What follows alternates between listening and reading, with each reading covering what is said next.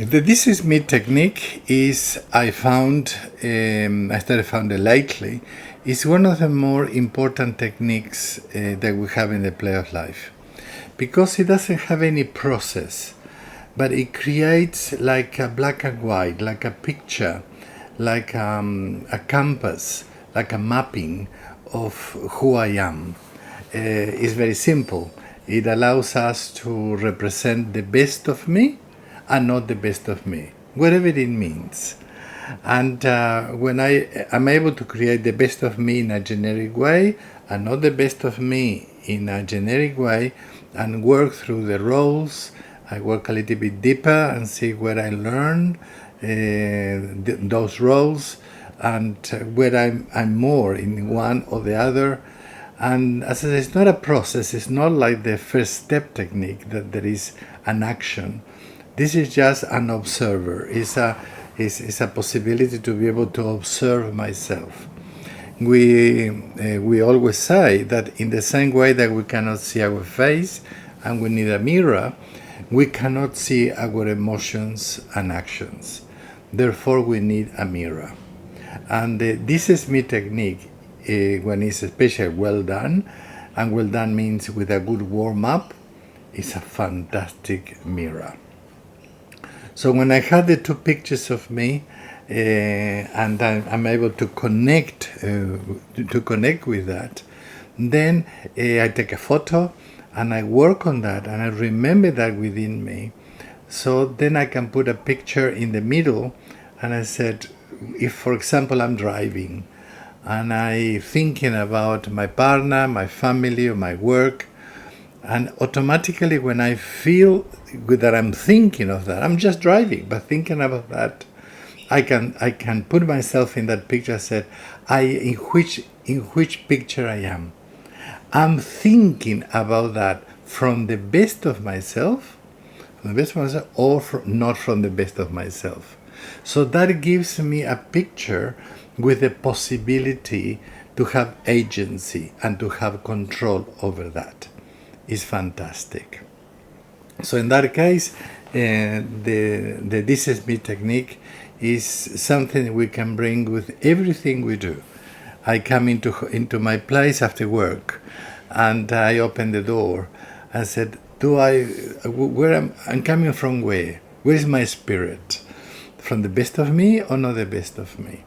And of course, when we are in a relationship and we are having a discussion or whatever, I'm in the best of me or not the best of me.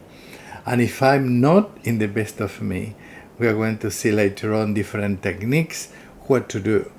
But one of the best things to do is to notice and to name it. That is the core of insight. As soon as I'm not in the best of me, I may need to take a distance, to have a glass of water, to go to the toilet and to say, what can I do here? So the aim is, how can I come back?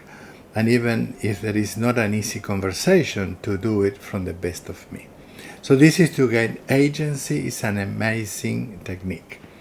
In that case, we are talking about the generic of me, nothing specific. So when we are working with couples, for example, again, we do the same thing as we said before. Individually, make the best of you and not the best of you, and the whole process of the technique following the frame, and then the sharing about that. And then you may ask them if they will give the other person the permission. The permission that said, when I feel that I'm moving towards not the best, I would like to ask you to call me on that. But it's a permission. We cannot take that authority if that is not given. And this is the way that we start learning how to be mirrors of each other.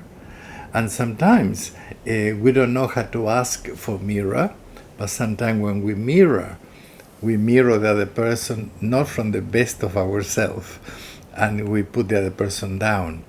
So the question here is how a couple could start learning how to know the best and not the best of them, and start interacting being aware where they are, and of course aiming to do all this the relationship with that from the best of themselves.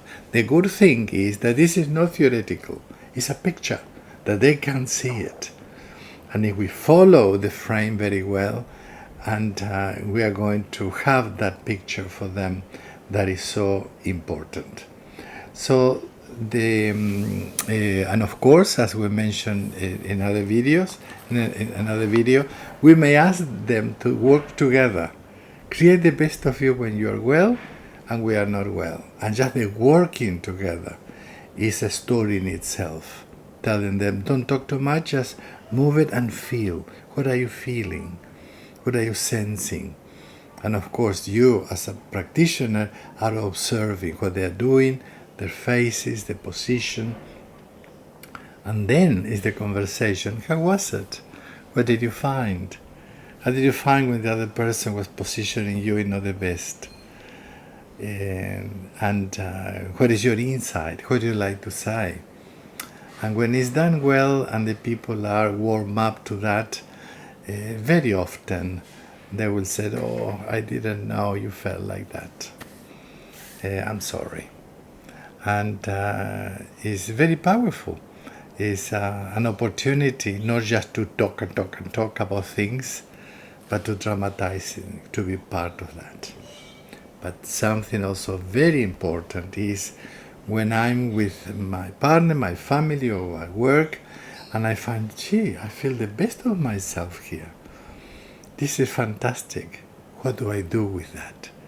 Because celebration and gratitude for that moment, and even to express to the other person, isn't this great? It is nice. This is a beautiful oil we put in the relationship we have to move softer. So it's not just to think about the negative.